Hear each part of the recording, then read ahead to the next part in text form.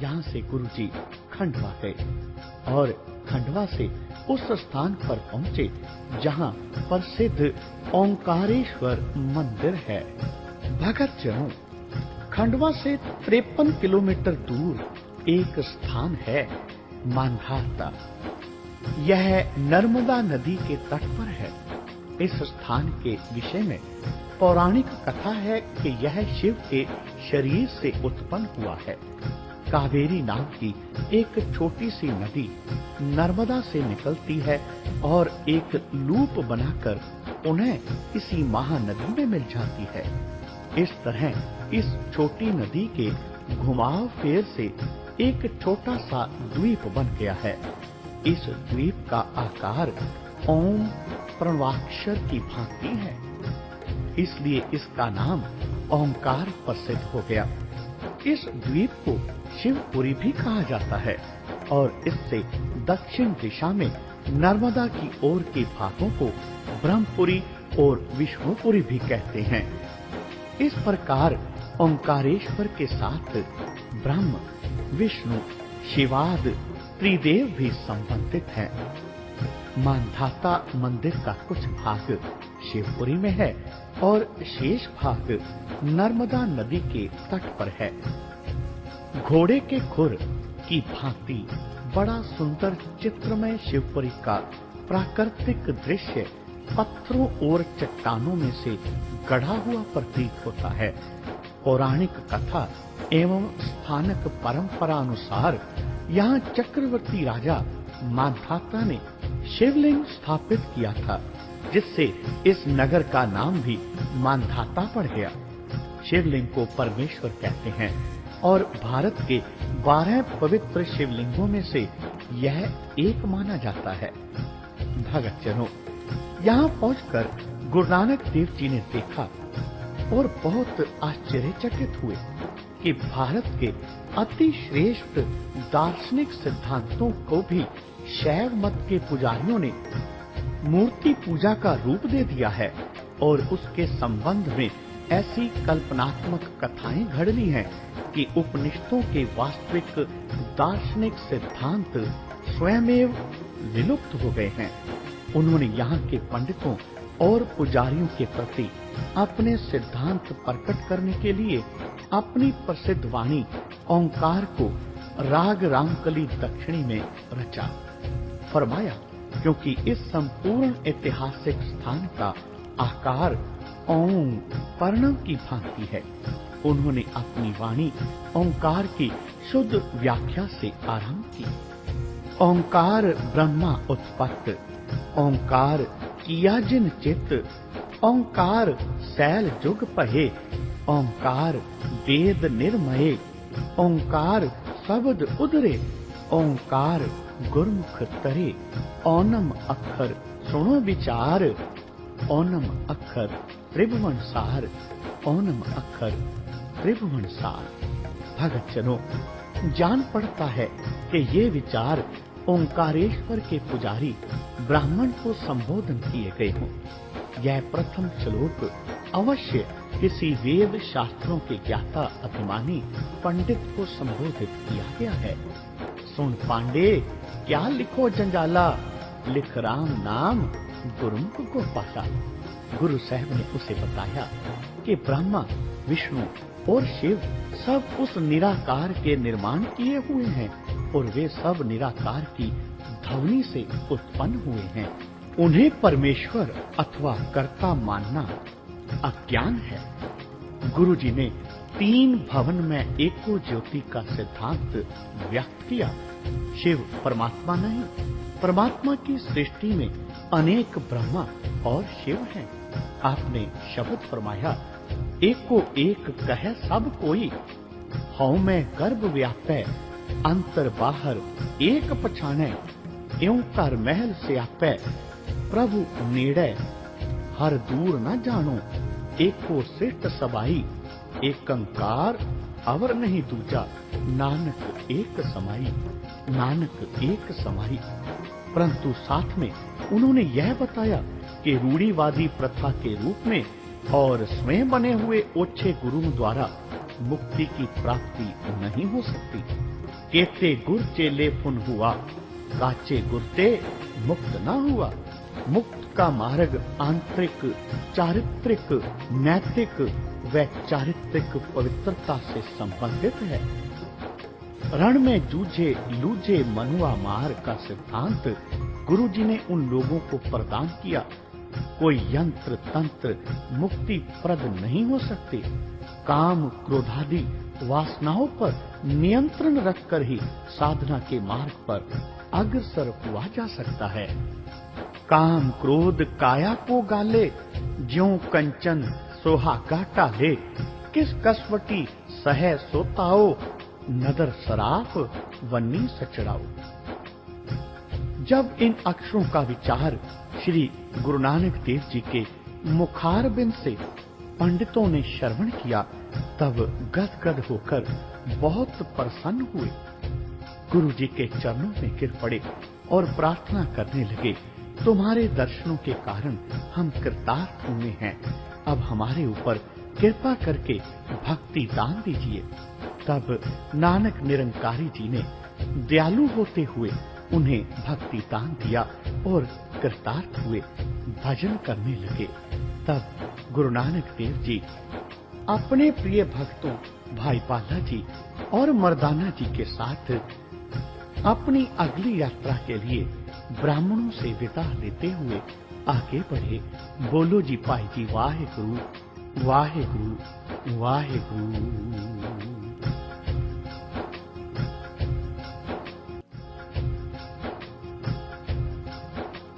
भगत जनों, इस प्रकार ब्राह्मणों को सच्ची भक्ति का उपदेश देते हुए, ईश्वर के नाम का संदेश देते हुए नानक निरंकारी कलयुग अवतारी अपने प्रिय भक्तों के साथ राजस्थान की ओर रवाना हुए। राजस्थान एक ऐसा प्रांत, आज भी जो राजस्थान में मनुष्य यात्रा करता है वह भूख प्यास की यातना से बचकर नहीं रह सकता। गुरु साहिब के समय जब ना अच्छी सड़कें थी और ना ही मार्ग में यात्रियों के लिए कोई विश्राम गृह, जो राजस्थान जैसे बालूमय प्रदेश में यात्रियों को अत्यंत कष्ट होता था। मर्दाना जब इस यात्रा में व्याकुल हुआ तो गुरु नानक देव जी कहने लगे, मर्दाना जी शब्द को मन में धारण करो और रबाब बजाओ। मर्दाना कहने लगा, गुरु जी भूख से मेरी बहुत बुरी दशा है, रबाब नहीं बजा सकता। तो बाबा जी कहने लगे, चलो किसी नगर में चलते हैं। मर्दाना कहने लगा, अजी मैं तो नगर तक भी नहीं जा सकता, मैं अब मरता हूं। तो बाबा जी कहने लगे, हम अभी तुम्हें मरने नहीं देंगे, तुम सजग हो जाओगे। जाओ, यह जो वृक्ष दिख रहा है, इस वृक्ष के फलों से पेट भरकर खा लो, परंतु ध्यान रखना साथ बांध कर मत ले आना, बस पेट की भूख मिटाना। गुरु जी की इतनी बात सुनकर मर्दाना जाकर फल खाने लगा। मीठे फलों का स्वाद इतना अच्छा लगा कि उसके जी में आया कि सब के सब फल खा लूं। कौन जाने फिर हाथ लगे या नहीं। पेट भर कर खाए और फिर कुछ कपड़े में भी बांध लिए कि आगे जाकर फिर भूख लगी तो फल निकाल कर खा लूंगा। चलते चलते मर्दाने को आगे जाकर फिर भूख लगी। उसने अपने साथ बांधे हुए वह फल खोले और खाने लगा। भगत जनों, जैसे ही उसने मुंह में फल रखा तो बेसुध होकर गिर पड़ा। नानक जी कहने लगे, मर्दाना क्या हुआ? मर्दाना ने कहा, अजी आपने आज्ञा दी थी कि फल पेट भरकर खाना और कपड़े में बांधकर साथ मत लाना। मैंने अवज्ञा की, आपकी आज्ञा को नहीं माना, कपड़े में भी बांध लिए थे। शायद फिर खाने को कुछ हाथ आए ना आए। अब रास्ते में खाने लगा था तो मेरी यह दशा हो गई है। तो नानक जी कहने लगे, मर्दाना, तूने बहुत बुरा किया है। अरे यह तो विष फल थे, जहरीले, परंतु उस समय मेरे वचन के प्रभाव से यह अमृतमय हो गए थे। बाबा के चरण मस्तक पर रखे और मर्दाना अच्छा भला हो गया। मर्दाना जी कहने लगे, मैं बलिहारी आपकी भक्ति पर और आपकी कमाई पर, हम मांग कर खाने वाले डोम मिरासी, हम लोगों को सदैव खाने पीने की आवश्यकता अनुभव होती है, और आप अतीत पुरुष हो, खाओ नहीं, पियो नहीं, किसी गांव में जाओ नहीं, मैं कैसे तुम्हारे साथ घूमूं और तुम्हारे साथ कैसे रहूं, मुझे विदा दे दो। गुरु नानक देव जी ने मर्दाने की यह बात सुनी और कहने लगे, ए मर्दाना, मैं तुम पर खुश हूं, तुम क्यों मुझसे विदा मांगते हो? मर्दाना कहने लगा, बलिहार जाऊं तुम्हारी खुशी पर, परंतु मुझे विदा कर दो, मैं अपने घर को जाना चाहता हूं। गुरु नानक देव जी कहने लगे, मर्दाना, किसी तरह मेरे साथ रहोगे भी?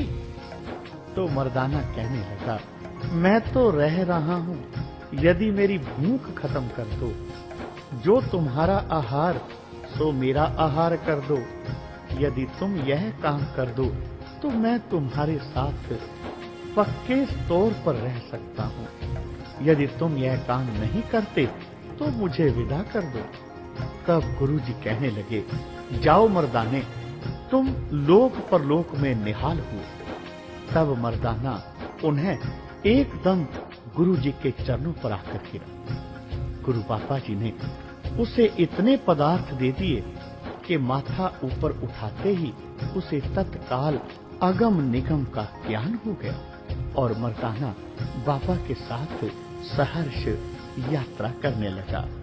भगत जनों, मर्दाना को इस घोर यातना के अवसर पर प्रथम बार यह अनुभव हुआ कि वह गुरु जी से सदैव शारीरिक भूख को मिटा देने की मांग करता रहा, परंतु जो आत्मिक तृप्ति गुरु नानक में आठों पहर रहती है वह उसने ना मांगी और ना ही गुरु जी ने दी।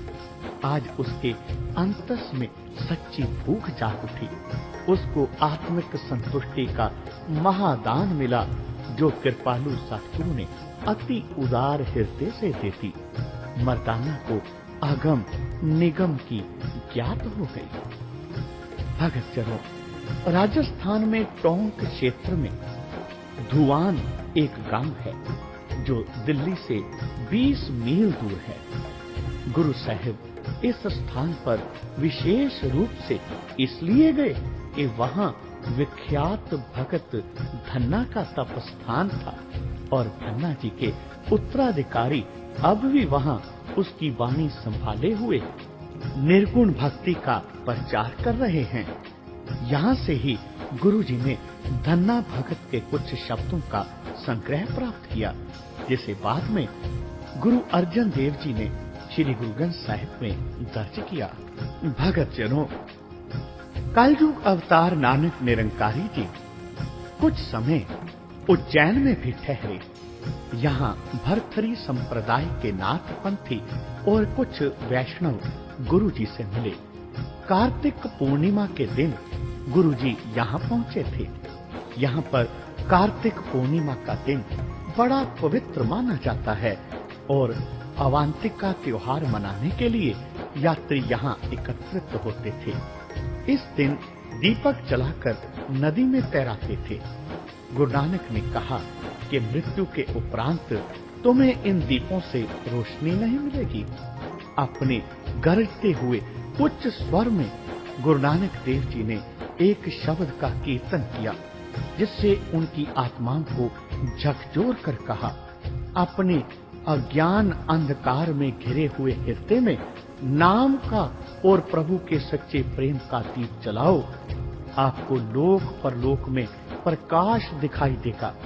किसी समय पर यह उज्जैन शहर राजा विक्रमादित्य की राजधानी थी। यहाँ भी महाकालिका मंदिर में शिवलिंग था जो 1231 ईस्वी में मुसलमान बादशाह दिल्ली में ले आया था। भर्तृहरि संप्रदाय के वैरागियों को गुरुजी ने यह उपदेश दिया, सो बैरागी जो उल्टे ब्रह्म गगन मंडल में रोपे थम अहनिस अंतर रहे ते आन, ते बैरागी सत्य समान, ते बैरागी सत्य समान। सब जोगी गुरुजी के उपाख्यान को सुनकर बहुत प्रभावित हुए।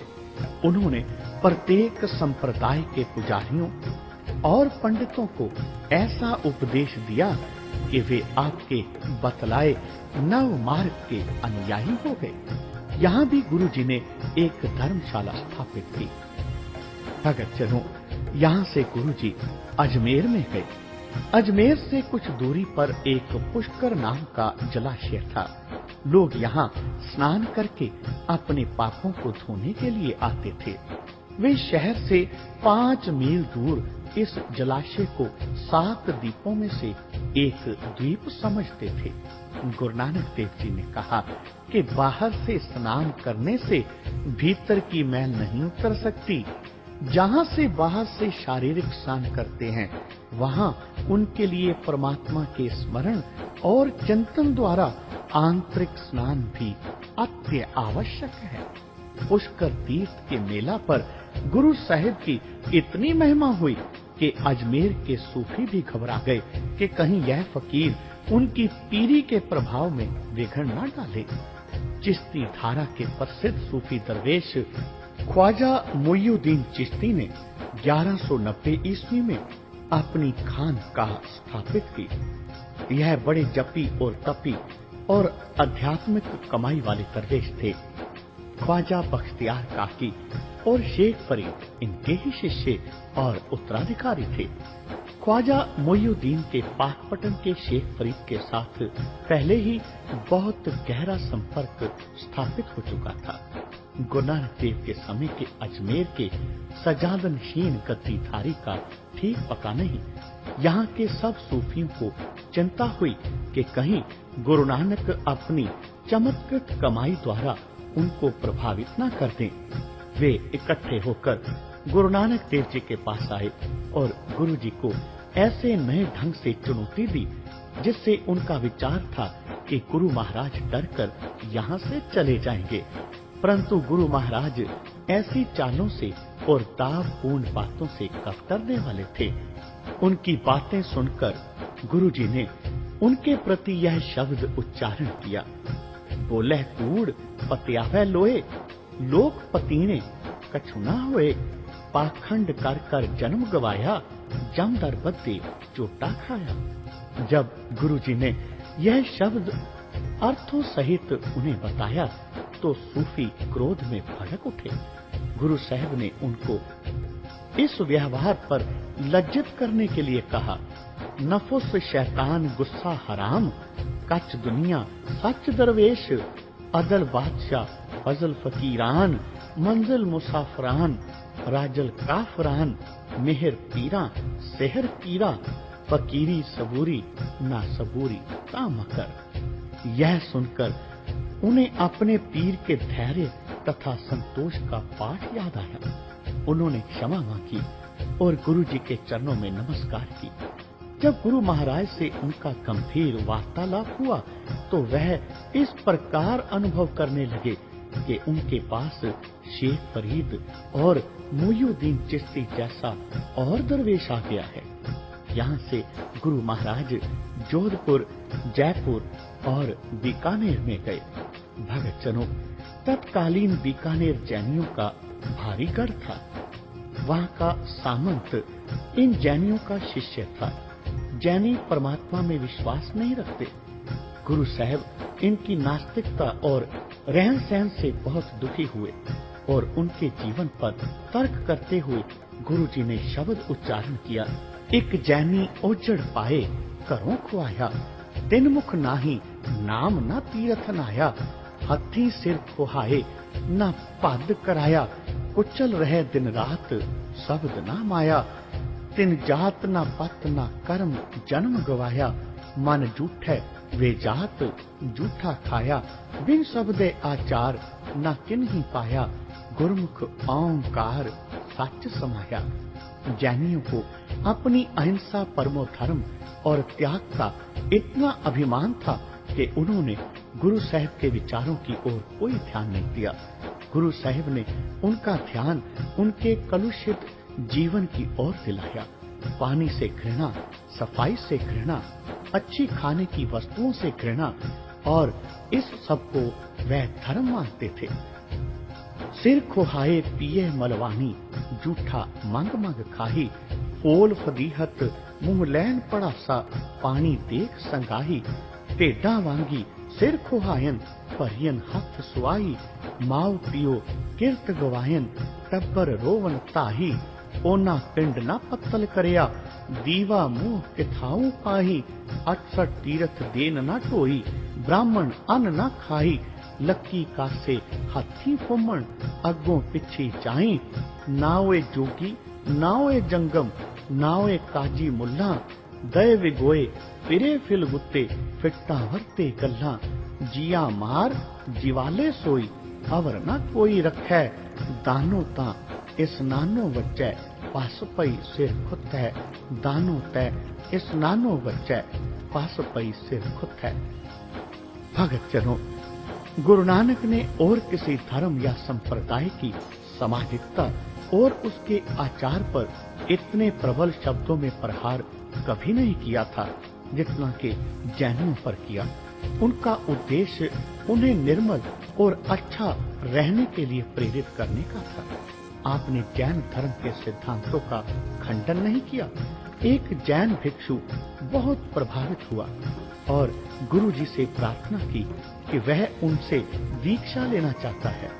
यदि गुरु नानक उसे बाहर से जैनियों जैसा श्वेत पहरावा रखने की आज्ञा देती, उसने उसी वेशभूषा में रहते हुए गुरु धर्म की संगत के लिए एक धर्मशाला बनवाई और वहां गुरु मत का प्रचार किया।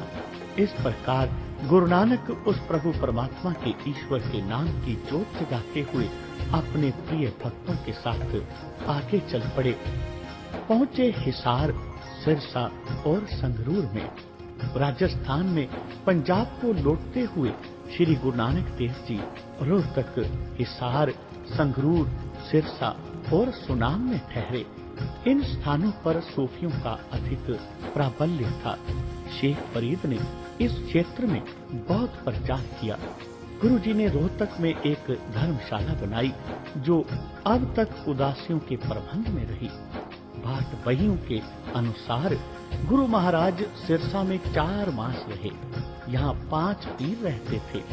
बहुत सा समय यह लोग गुफाओं में प्रार्थना और नामाभ्यास करते रहते थे। एक गुफा उन्होंने गुरु नानक महाराज को भी दी।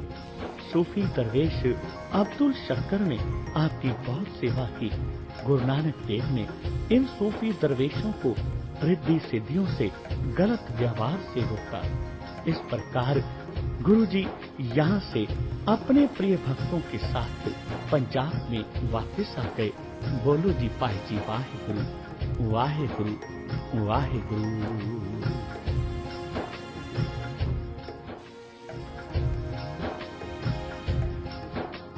भगत जनों, आओ कलयुग अवतारी नानक निरंकारी की लखपति दुनीचंद से हुई भेंट की साखी श्रवण करते हैं। दुनीचंद लाहौर का एक लखपति था। जब गुरु नानक देव जी लाहौर पहुंचे तो इसने अपने पिता का श्राद्ध करने के लिए सभी ब्राह्मणों, साधु संतों, फकीरों को निमंत्रण दिया। गुरु साहिब की ख्याति सुनकर उनकी शरण में आया और अपने पितरों के उद्धार निमित्त आपको भी निमंत्रण दिया, परंतु गुरु जी ने अस्वीकार कर दिया। गुरु महाराज ने कहा कि वह अहंकारी ब्राह्मणों से अब तक दूर ही रहते रहे हैं। उनका मेल मिलाप तो निर्धन और पदलिप्त श्रेणी से है और उनके परिश्रम द्वारा कमाई की हुई जीविका से रूखी सूखी खाकर वह प्रसन्न होते हैं। दूसरा, उनको यह विश्वास भी नहीं कि जो शीर हलवा आदि पकवान वह ब्राह्मणों को खिलाएगा, उसके फल स्वरूप दुनी चंद के पितरों का उद्धार हो सकेगा। दुनी चंद बहुत सरल बुद्धि का व्यक्ति था। उसने गुरु साहब को रिझाने की इच्छा से पूछा, महाराज, यदि हमारे घर से आज आप कोई भोजन नहीं करना चाहते तो कोई और सेवा ही बतलाओ। गुरुजी मुस्कुराए और कहने लगे, दुनी चंद, यह लो एक सुई, इसको हमारी अमानत समझकर अपने पास रखो। जब मृत्यु के उपरांत परलोक में जाओगे तो इसको अपने साथ ले चलना। हम तुम्हें वहीं परलोक में मिलेंगे और यह सुई तुमसे वहां से ले लेंगे। भोले भाव से दुनी चंद ने सुई ले ली और जाकर अपनी पत्नी से कहा, जब मेरी मृत्यु निकट होगी तब यह सुई मुझे अवश्य दे देना। इसको परलोक में ले जाना है। गुरु नानक की अमानत है यह। वह हैरान हुई। तत्पश्चात उसने उसे समझाया कि मृत्यु के समय कोई वस्तु किसी के साथ नहीं जा सकती, इसलिए यह सुई अभी ही गुरुजी को वापस दे देना बुद्धिमानी होगी। वह उसी समय वापस ले गया, प्रार्थना की, महाराज, यह सुई मृत्यु के पश्चात परलोक में ले जाना असंभव है, अपनी अमानत वापस ले लो।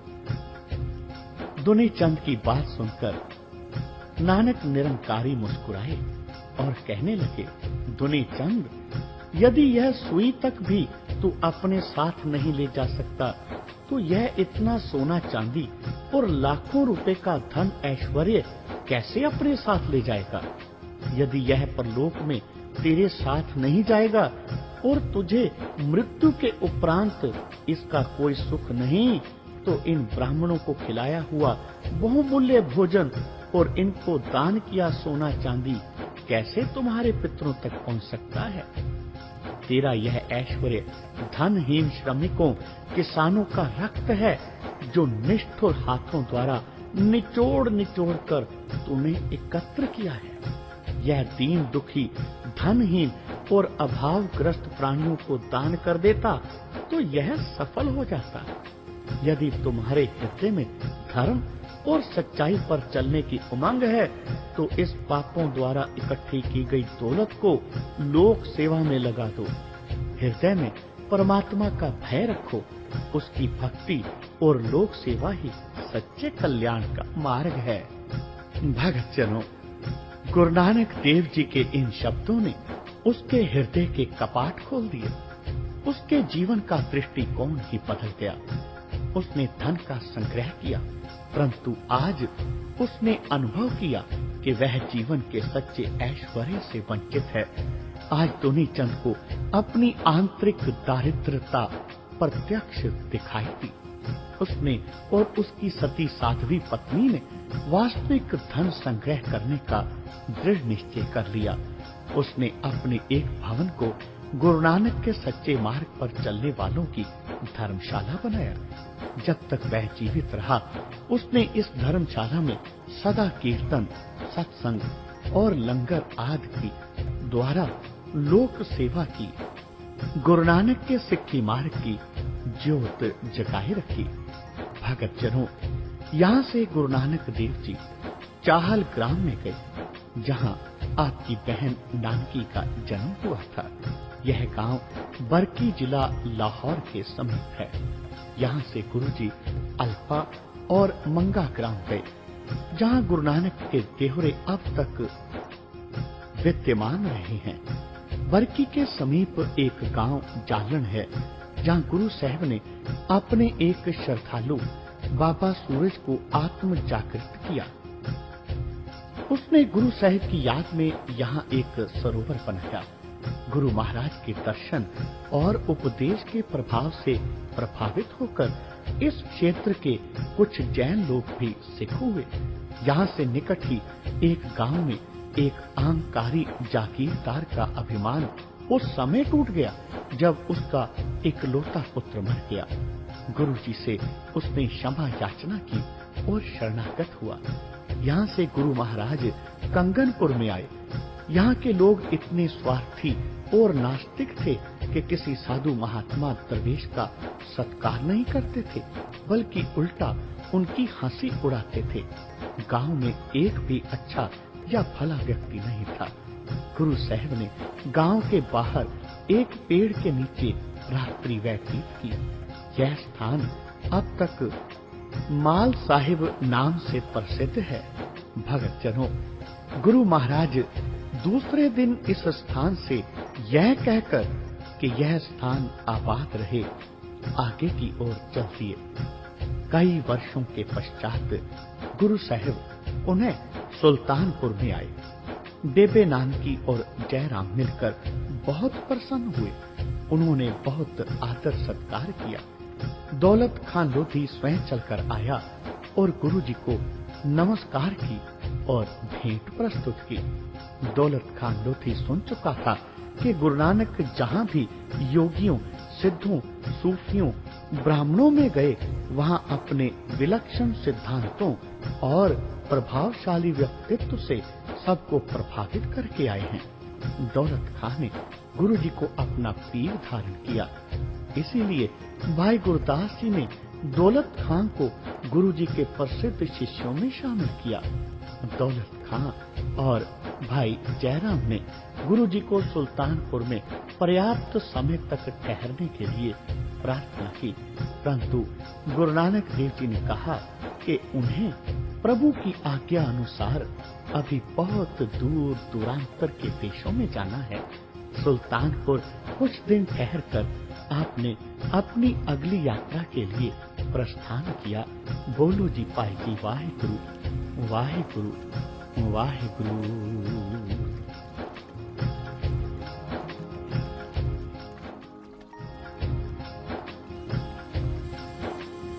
भगत जनों, कलयुग अवतारी नानक निरंकारी अपने प्रिय भक्तों के साथ सुल्तानपुर लोधी से रवाना हुए और पहुंचे घैरोवाल जलालाबाद। वहां से होते हुए गुरु साहिब कादियां पठाना में पहुंचे। यहाँ के पंजाबी पठान गुरु साहिब का तेजस्वी मुख और उनका मधुर कीर्तन सुनकर इतने प्रभावित हुए कि उनमें से अधिकांश पठानों ने उनका शिष्यत्व ग्रहण किया। इस क्षेत्र के सुथरा संप्रदाय के साधु अभी भी नानक शाह की प्रशंसा कई एक लोकगीत गाकर सुनाया करते हैं। भगत जनों, यहाँ पर गुरु नानक देव जी ने एक शब्द उच्चारण किया, जो दिल मिलिया सो मिल रहया मिलिया, कहिए रे सोई, जे वो तेरा लोचिए बाती मेल न होई। तात मिले फुन तात को तिव लिव कड तावे, गुर प्रसादी जानिए तो अनुभव पावे। पाना वाड़ी होए तक खार सार न जाने, रसिया होवे मुसक्का तब फूल पछाने। अपया पीवे जो नानका प्रम प्रम समावे, सहजे सहजे मिल रहे अमरा पद पावे, अमरा पद पावे। भगत जनों, यहाँ से गुरु नानक देव जी एक और शहर में गए, जहाँ जाकर उन्होंने एक निर्धन बढ़ई की झोपड़ी का द्वार खटखटाया। बढ़ई ने जब अपने द्वार पर एक परम तेजस्वी महात्मा को देखा तो बहुत हैरान हुआ। उसने अपनी टूटी खाट पर गुरु महाराज को बिठाया और जो कुछ उसे उपलब्ध हुआ वह भोजन तैयार करके गुरुजी और उनके साथियों के सम्मुख आ रखा। प्रातः उठते ही गुरु साहब ने उस निर्धन बढ़ई की खाट और बर्तन तोड़ दिए और झोंपड़ी को आग लगा दी। उसे आदेश दिया कि हमारे संग चलो। मर्दाना और भाई पाला चकित रह गए। उस भले आदमी ने हमारी इतनी सेवा की और इसके परिणाम स्वरूप इसे पुरस्कार यह मिला कि इसका सब कुछ नष्ट कर दिया। उस बढ़ई ने हाथ जोड़कर पूछा, महाराज, मुझसे कोई महान पाप हुआ जान पड़ता है। ऐसा लगता है मैंने आपका हृदय बहुत ज्यादा दुखा दिया।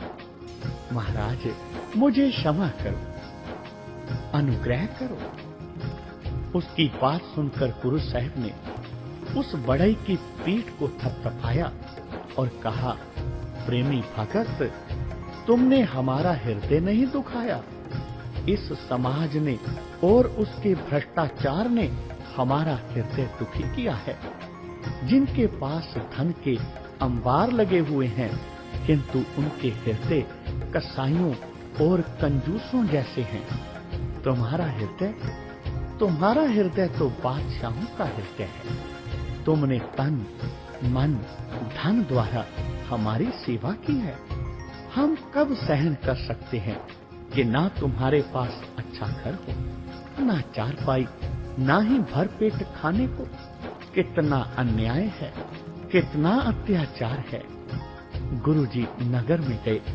वहां लोगों ने गुरुजी को अपार धनराशि भेंट की। बहुमूल्य वस्त्र और अनेक उत्तम वस्तुएं भेंट की। गुरु साहिब ने यह सब भेंट उस बढ़ई को दे दी और कहा, जाओ, यह सभी आवश्यक वस्तुएं ले लो और सुखपूर्वक रहो। श्रम करके आजीविका कमाना, पवित्र कमाई में से परोपकार के लिए कुछ दान देते रहना। गुरु साहब ने झोपड़ी जला दी और बड़ा मकान निर्माण कर दिया। उसकी झोपड़ी जलाई और चारपाई तोड़ दी और उसे पलंगों पर बिठा दिया। ऐसे कलयुग अवतारी नानक निरंकारी, जो उस परमात्मा के हुक्म से संसार के लोगों का भला करने आए थे। भगत जनों, इसके बाद गुरु नानक देव सियालकोट में गए। यहाँ अनेक जपी तपी सूफी फकीर भी थे, किंतु यहाँ महाउपद्रवी लोग भी रहते थे। सूफियों का अभिमान था कि हमारे जैसा पवित्र कोई नहीं, और उनको इस बात से घृणा थी और उन्हें दुख था कि सियालकोट के लोगों जैसा विश्वासहीन और पापी मनुष्य अन्यत्र कहीं नहीं। गुरु नानक शहर के बाहर एक बेरी के पेड़ के नीचे ठहरे। मर्दाना को 1 टका दिया और कहा, मर्दाना, इस कागज पर लिखा हुआ सौदा बाजार से लेकर आओ।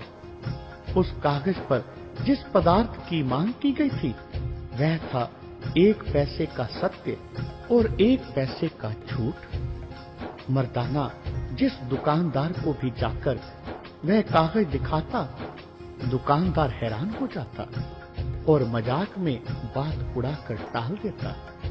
अंत में वह एक नवयुवक वणिक की दुकान पर पहुंचा, जिसका नाम था मूला। मूला मर्दाना से टका ले लिया और रुक्के पर लिख दिया, मरना सत्य और जीना झूठ। जब वह वापस पहुंचा तो गुरु नानक देव पढ़कर अत्यंत प्रसन्न हुए। उन्होंने कहा, मर्दाना, जिसने मरना सत्य और जीना झूठ समझा है, मुझे ले चलो, मैं उसका दर्शन करूं। तब नानक जी, मर्दाना और बाला तीनों मूला की दुकान पर आकर बैठ गए और बाबा जी ने पूछा, मूला, तुमने मरना सत्य समझ लिया है?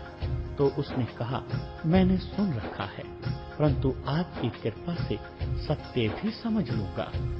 तो वचन हुआ, यदि तुम हमारे साथ चलोगे तो तुम्हें हम सत्य का रहस्य समझा देंगे। तो मूला ने कहा, अच्छा जी। तो फिर मूला भी दुकान लुटवाकर बाबा जी के साथ तैयार हो गया। बाबा जी वहां से चलते चलते कश्मीर की धरती पर पहुंचे। बोलो जी पाई जी, वाहे गुरु, वाहे गुरु, वाहे गुरु।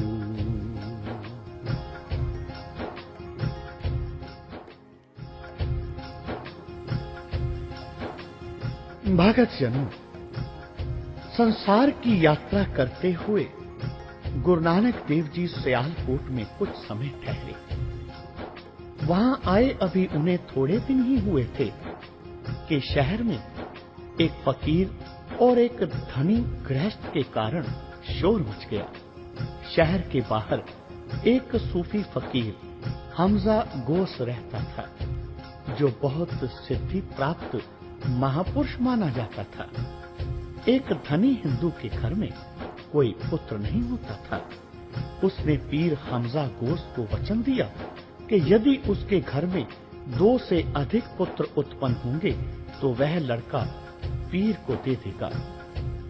हमजा गोस ने उसे वरदान दिया कि पुत्र अवश्य होंगे, और साथ ही उसने उस हिंदू को सचेत कर दिया कि मुकर मत जाना।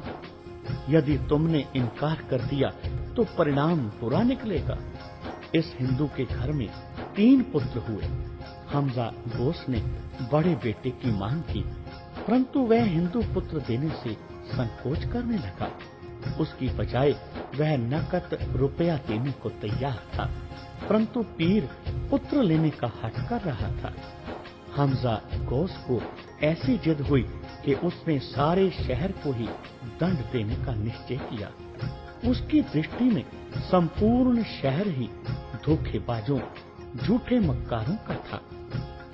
उसने अपने शरीर को अपनी खानकाह के एक गुंबद में बंद कर लिया और 40 दिन तक 40 व्रत काटने लगा। उसने घोषणा की कि 40 दिनों के उपरांत उस शहर में ऐसी क़यामत आएगी कि वहां कोई प्राणी जीवित नहीं बचेगा। लोगों में आतंक फैल गया। उस समय गुरु नानक देव उस स्थान पर ठहरे हुए थे जिसे अब बाबा की बेर के नाम से जाना जाता है। सभी लोग गुरु नानक की शरण में आए। गुरु महाराज ने शहर निवासियों से कहा कि चिंता मत करो, हम पीर को समझाएंगे। गुरु साहब ने पीर का द्वार खटखटाया, उसको क्रोध त्याग देने की प्रेरणा दी, परंतु उसने द्वार नहीं खोला। वह सियालकोट शहर को अपने 40 दिन की तपस्या से नष्ट कर देने के लिए तैयार था। 15 दिन व्यतीत हो गए। लोगों की घबराहट बढ़ने लगी, परंतु बाबा नानक ने सबको विश्वास दिलाया कि प्रभु पर भरोसा रखो, जिसको वह रखे उसे कोई मार नहीं सकता। एक दिन भारी वर्षा शुरू हो गई। इस तरह बिजली कड़कने लगी, मानो कयामत आज ही आने वाली है। 2 दिन की भारी वर्षा और तूफान ने संपूर्ण शहर निवासियों को व्याकुल कर दिया। सहसा एक दिन आकाश में से गड़गड़ाहट के साथ बिजली गिरी और जिस गुंबद में हमजा गोस तप करता था वह फट गया। इस गुंबद के फटने से हमजा गोस का अहंकार भी टूट गया, क्रोध के बादल भी छंट गए, वर्षा बंद हो गई। पीर हमजा गोस अपने प्राण बचाकर नीचे उतरा। गुरु नानक देव जी ने कहा, पीर जी, प्रभु की अलौकिक शक्ति को चुनौती नहीं देनी चाहिए। प्रभु के कानून को अपने हाथ में नहीं लेना चाहिए। वह ही जानता है कि पापियों, अकृत्य घनों को कब दंड देना है और कैसे दंड देना है। आप सूफी फकीर हैं, उसकी भक्ति में मगन रहो। आपने क्या लेना है इन पुत्रों शिष्यों के जंजाल से? एक मुंह से निकलकर दूसरे में फंसने की तुम्हें क्या जरूरत है? हमजा गोस गुरु साहिब का अनन्य भक्त हो गया। जिस गुंबद में हमजा गोस ने 40 दिन व्रत में काटे थे, वह अब तक उसी तरह एक ओर से फटा हुआ और गिरा हुआ दिखाई देता है। भगत जनों, गुरु नानक देव जी पसरूर में से मियां मिठा के कोटला में आ निकले। वहां एक बाग में जा बैठे। तब मियां मिठा को भविष्यवाणी हुई तो उसने अपने मुरीदों से कहा, नानक भला फकीर है, परंतु वह जब हमसे मिलेगा तो उसे यूं उतार लेंगे जैसे दूध के ऊपर से मलाई को उतार लेते हैं। इधर बाबा जी ने कहा, मर्दाना, शेख मिठा क्या कहता है? तो मर्दाना ने कहा, जी वह भी तुम्हारा ही यंत्र है, आपके बजाने से ही बचता है। तब नानक जी बोले, मर्दाना जी, जब मियां मिठा हमें मिलेगा तो उसे ऐसे निचोड़ेंगे जैसे नींबू में से रस को निचोड़ लेते हैं। जब मियां मिठा को इस बात का अनुभव हुआ तो वह उठ खड़ा हुआ, कहने लगा, चलो नानक का दीदार करें। तो शिष्यों ने कहा, आपने पहले कहा था कि नानक हमें मिलेगा तो दूध पर से मलाई की तरह उतार लेंगे। तो मियां मिठा बोला, वहां से शब्द हुआ है जैसे नींबू में से रस को निचोड़ते हैं, जब मिलेंगे तो वह वैसे ही निचोड़ लेंगे। दूध का कुछ नहीं जाएगा, मलाई उतर जाने पर दूध बना रहेगा, परंतु नींबू निचोड़ लेने से तो बाकी छिलका ही रह जाएगा। तब मियां मिठा दर्शन करने को आया, आकर दुआ सलाम करके बैठ गया। गुरु साहिब ने बड़े आदर से उसे बिठाया। पुरातन जन्म साखी के अनुसार मियां मिट्ठू ने गुरु साहिब के सिद्धांत को समझने के लिए प्रश्नों के रूप में अपना सिद्धांत प्रस्तुत किया, जिसके उत्तर में एक छोटी सी गोष्ठी हुई गुरु साहिब और मियां मिठा के बीच में। मियां मिठा कहने लगे, अव्वल नाम खुदाई का, दूजा नबी रसूल, नानक कलमा जे कहें कर गए पवे कबूल। गुरु साहिब कहने लगे, अव्वल नाम खुदाए दा, दर केते नबी रसूल, सेखा नियत रास कर दर गए पवे कबूल। मियां मिठा कहने लगे, बिन तेल दीवा क्यों जले। मिठा जी के इस प्रश्न का जवाब देते हुए गुरु नानक देव जी फरमाने लगे, पोथी पुराण कमाइए, पौबत्ती इत तन पाइए, सच बूझण आण जलाइए, ए तेल दीवा इउं जले। कर चानन साहिब तो मिले, इत तन लागे बाणिया, सुख होवे सेव कमाणिया, सब दुनिया आवन जानिया, विच दुनिया सेव कमाइए, तां दर गए पैसन पाइए, कहो नानक बाह लुटाइए, कहो नानक बाह लुटाइए। और इस प्रकार मियां मिठा को उस प्रभु परमात्मा के सच्चे नाम का संदेश देकर कलयुग अवतारी नानक निरंकारी अपने प्रिय भक्तों के साथ अपनी अगली यात्रा पर निकल पड़े। बोलो जी पाई जी वाहे गुरु वाहे गुरु वाहे गुरु।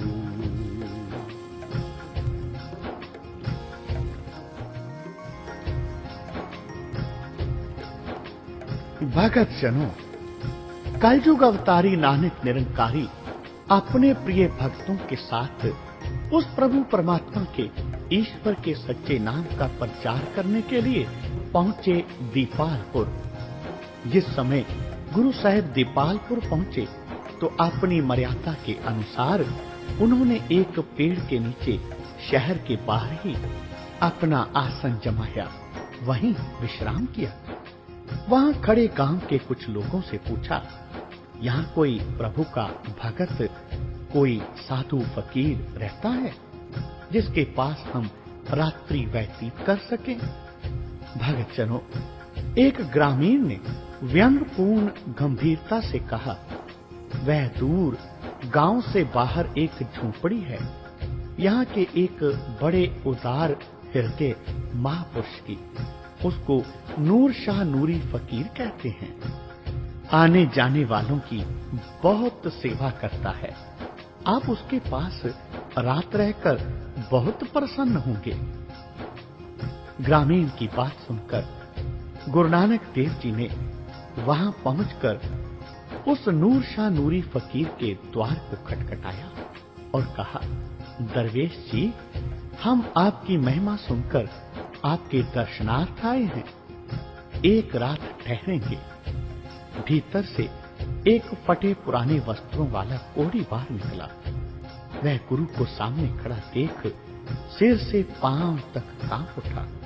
उसने सहम कर कहा, दरवेश बादशाह, मैं तो ना फकीर हूं और ना दरवेश, आपके साथ किसी ने मजाक किया है।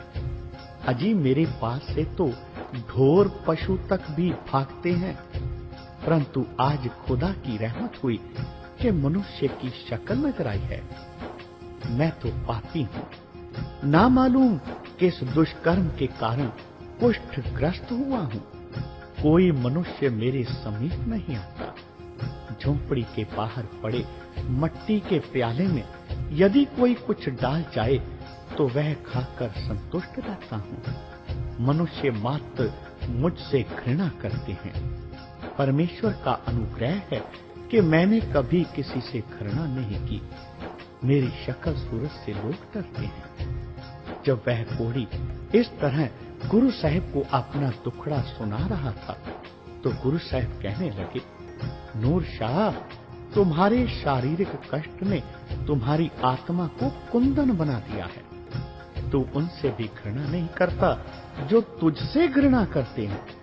प्रभु पर विश्वास रख, तेरे शरीर का कुष्ठ भी दूर हो जाएगा। प्रभु का नाम सर्व रोगों की औषधि है। तेरे हृदय और आत्मा का अमृत इस शरीर के विष को भी काट देगा। भगत जनों, इस प्रकार नूरी कोड़ी को एक नया जीवन मिला। गुरु साहिब के उपचार और शुभ वचनों से उसे नया आरोग्य शरीर प्राप्त हुआ। वह गुरु नानक का अनन्य भगत बन गया, शिष्य बन गया। वह आने जाने वाले यात्रियों की प्राणपण से सेवा करने लगा। दीपालपुर में नूर शाह की सराय और मकबरा आज भी विद्यमान है। सराय के समीप एक पीपल के नीचे नूरी की कब्र है। पाकिस्तान में इस स्थान को एक पवित्र स्थान माना जाता है। भगत जनों, वहीं दीपालपुर में एक सन्यासी रहता था, जिसके वर और शाप का सहम सारे शहर में छाया हुआ था। गुरु साहिब उसको इस कुटेव से हटाने के हेतु पूछने लगे, स्वामी जी, आप यह बताइए कि सन्यासी का धर्म क्या है? तो उसने उत्तर दिया, सन्यासी का धर्म है घर बार त्याग देना, शरीर के रसों को त्याग कर तपस्या करना। उसकी बात सुनकर गुरु नानक देव जी कहने लगे, जब तक कोई मनुष्य आशा मनसा के बंधनों का शिकार है, वह सन्यासी कहलाने का अधिकारी नहीं हो सकता। जब हृदय की वासनाओं का नाश हो जाए, तभी वह सन्यासी होता है। केवल वेशभूषा से ही किसी को सन्यासी नहीं कहा जा सकता। तो इतनी बात सुनकर उस सन्यासी ने कहा, आपने उदासी का वेश धारण किया है, आपका धर्म नियम क्या है? उसका प्रश्न सुनकर गुरुजी कहने लगे, हमारा धर्म है संसार की सभी वस्तुओं का न्यायोचित ढंग से उपयोग करना, परंतु उन्हें अपनी वस्तु ना समझना। निष्ठा केवल अकाल पुरख वाहिगुरु पर रखना।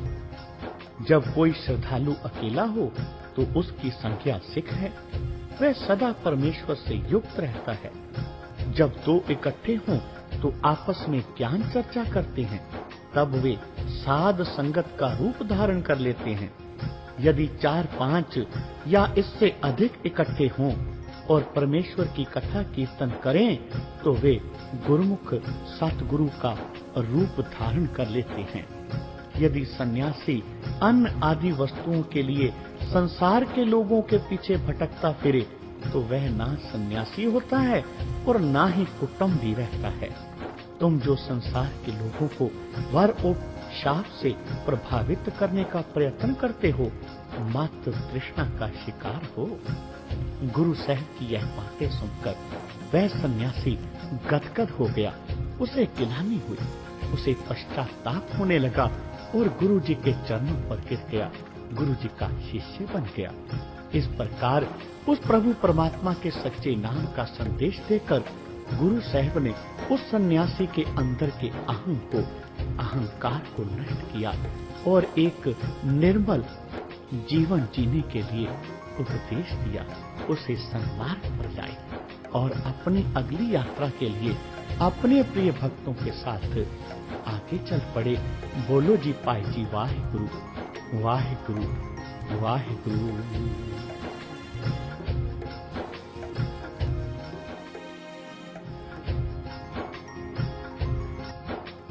भगत जनों, संसार का भ्रमण करते हुए अपने प्रिय भक्तों के साथ गुरु नानक देव जी तिब्बत की ओर भी रवाना हुए। पूर्व तिब्बत में गुरु नानक देव जी की पूजा भक्ति कई बौद्ध मंदिरों में आज भी होती है, परंतु प्रश्न यह है कि तिब्बतियों के मुखिया दलाई लामा क्यों गुरु नानक के विषय में मौन है। आज हम समझते हैं कि शायद दलाई लामा शताब्दियों से इसी तरह संपूर्ण तिब्बत के गुरु एवं राजकीय मुखिया माने जाते रहे हैं, किंतु यह बात सत्य नहीं। जिस समय श्री गुरु नानक देव तिब्बत में गए, उस समय तिब्बत में कोई दलाई लामा नहीं होते थे। यह दलाई लामा की परंपरा बाद में शुरू हुई। न ही उस समय लहासा तिब्बत की राजधानी था। जब दलाई लामा का संप्रदाय शुरू हुआ, तो भी यह संप्रदाय तिब्बतियों ने उस संघ का अत्यंत विरोधी बना रहा, जो गुरु नानक के उपासकों का था। भगत जनों, तिब्बत का प्राचीन इतिहास बड़ा धुंधला है। 13वीं 14वीं शती में तिब्बत में कई सामंतों, जागीरदारों और धार्मिक नेताओं का राज्य था। तिब्बत के लामा बड़े ज्ञानवान व्यक्ति थे। 13वीं शती में मंगोल बादशाह कुलवई खान ने एक तिब्बती लामा को अपनी राजधानी में बुलाया। कुबलई खान उसके ज्ञान से इतना प्रभावित हुआ कि उसने लामा धर्म ग्रहण कर दिया। जिस समय गुरु नानक तिब्बत में पहुंचे, तब तिब्बत में 2 मुख्य संप्रदाय थे, कर्मापा लाल टोपी वाले और गहलूपा पीली टोपी वाले। इनमें बड़ा भारी धार्मिक और राजनैतिक संघर्ष हो रहा था। गुरु नानक के संप्रदाय को कर्मापा संप्रदाय ने अपना लिया, और क्योंकि इस लाल टोपी वाले संप्रदाय ने गुरु नानक के मत को अपनाया था, गहलूपा पीली टोपी वाले संप्रदाय ने इस मत की विरोधता शुरू कर दी। पीली टोपी वाले संप्रदाय का एक मुखिया सुनाम ग्यासुतो 1578 ईस्वी में गुरु नानक के ज्योति जोत समा जाने के काफी समय पश्चात मंगोलिया में गया। वहां मंगोलिया का राजकुमार अल्तान खान इस पीली टोपी वाले लामा का शिष्य बन गया। इसके साथ ही अनेक और दरबारी सभासद भी शिष्य हुए। अल्तान खान ने अपने लामा गुरु को बतलाए समुद्र का पद प्रदान किया। इस तलाई शब्द का विकृत रूप दलाई लामा हो गया। तब से दलाई लामा की गद्दी और राज्य का प्रारंभ हुआ।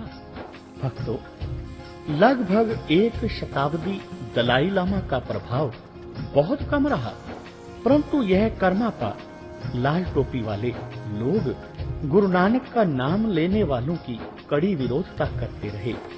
1640 ईस्वी में दलाई लामा के संप्रदाय ने कर्मापा संप्रदाय के राज्य गुरु को मार डाला, उनके राजपाट पर अधिकार जमा लिया और 5वें लामा नगवांग लोबजांग ग्यात्सो तिब्बत का राजगुरु बना। यह दलाई लामा पहले डिबाग रहते रहे, फिर इन्होंने लहासा में अपनी राजधानी बनाई।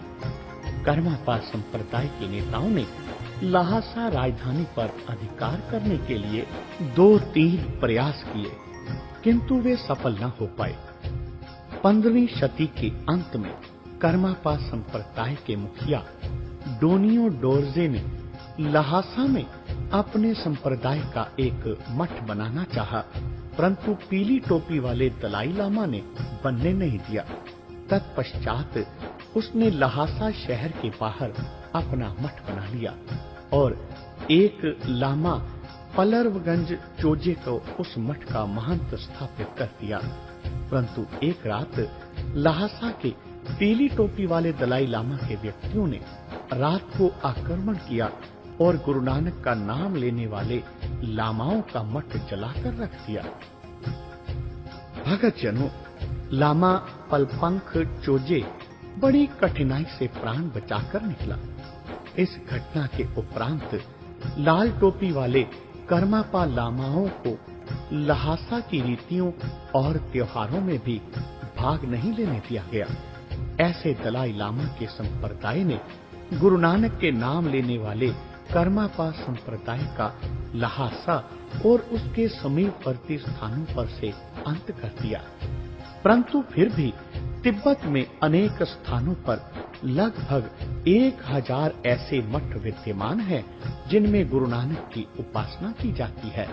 उनको बुद्ध का अवतार माना जाता है और उनके उपदेश और जीवन चरित्र तिब्बती भाषा में लिखकर रखे हुए हैं।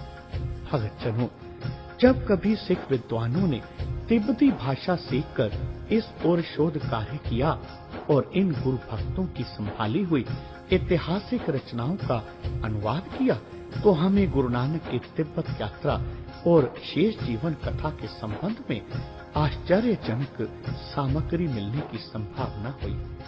सिक्किम की राजधानी गंगटोक से 100 मील उत्तर दिशा में एक मठ है, जहां तिब्बत को जाते हुए गुरु नानक ने विश्राम किया था।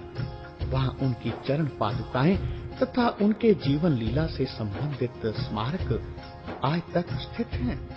राजधानी गंगटोक से इस आश्रम तक, जिसे चंगटांग कहा जाता है, अब पक्की सड़क बन गई है। इस मठ के लोग इस स्थान को नानक टांग कहते हैं। इस वादी के मध्य में एक 30 फुट ऊंचा तथा 200 फुट घेरे का पत्थर है, जिस पर गुरु नानक की चरण पादुका स्थित है। इस पत्थर को पूज्य समझकर इसके इर्द गिर्द 4 फुट की दीवार बनाई गई है। इस पत्थर के भीतर एक गुफा है, जिसका मुख पत्थरों से बंद किया हुआ है। इस पत्थर के ऊपर गुरु नानक की चरण पादुका सुरक्षित रखी हुई है। लामा लोग इस चरण पादुका पर पैसे और पुष्प आदि चढ़ाते हैं। इस पत्थर के एक कोने पर से पानी टपकता है। भक्तजनों, जहाँ से पानी निकल रहा है, वहाँ कुछ इस प्रकार के वाक्य अंकित हैं, जिनसे अनुमान लगाया जा सकता है कि यहाँ से कुछ शताब्दियों तक पानी निकलता रहा है। भक्तजनों, जो ऐतिहासिक साखी इसके संबंध में प्रसिद्ध है, वह इस प्रकार है। गुरु नानक ने तिब्बत को जाते हुए इस पत्थर के नीचे गुफा में विश्राम किया। इस वादी में बह रही नदी का पानी बहुत गंधला था। इस पत्थर में से स्रोत के रूप में जो पानी निकला, वह गुरु नानक के करनी कमाल चमत्कार से निकला। पीने के लिए यहाँ के लोग इसी निर्मल जल का प्रयोग करते रहे हैं। इस पत्थर के इर्द गिर्द आर्चिड, एक प्रकार का फूल पौधा उगा हुआ है। किसी को यहाँ से फूल तोड़ने की आज्ञा नहीं।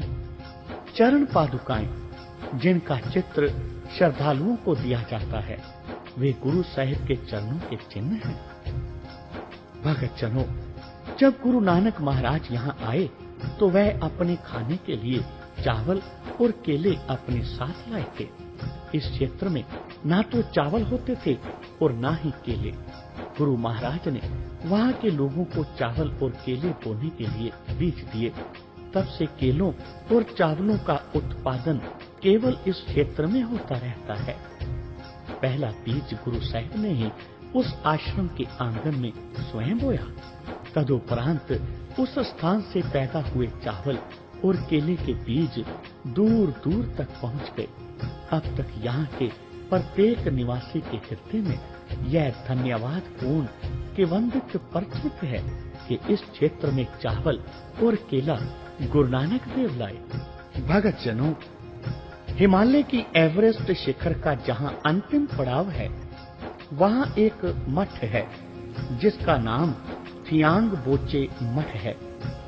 तिब्बती लामाओं ने इस मठ में गुरु नानक महाराज से संबंधित कुछ रचनाएं और प्राचीन चित्रादि सुरक्षित रखे हुए हैं। इस मठ के लामा का विश्वास है कि ये रचनाएं स्वयं गुरु नानक देव जी द्वारा लिखी गई हैं। उस लामा ने एवरेस्ट पर जा रही एक टीम को इन रचनाओं के दर्शन कराए। उसने ये रचनाएं बहुमूल्य कपड़ों में लपेटकर एक अलमारी में संभाल कर रखी हैं। भक्तजनों, तिब्बती गुरु नानक को रिपोंचे गुरु कहते थे।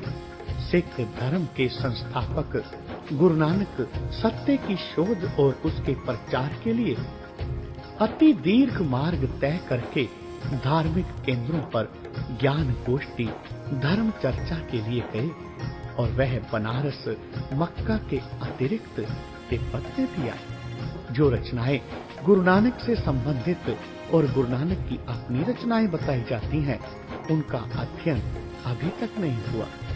जब वे प्राप्त हो जाएंगी तो इनमें से बहुमूल्य ऐतिहासिक और दार्शनिक सामग्री मिलने की संभावना है।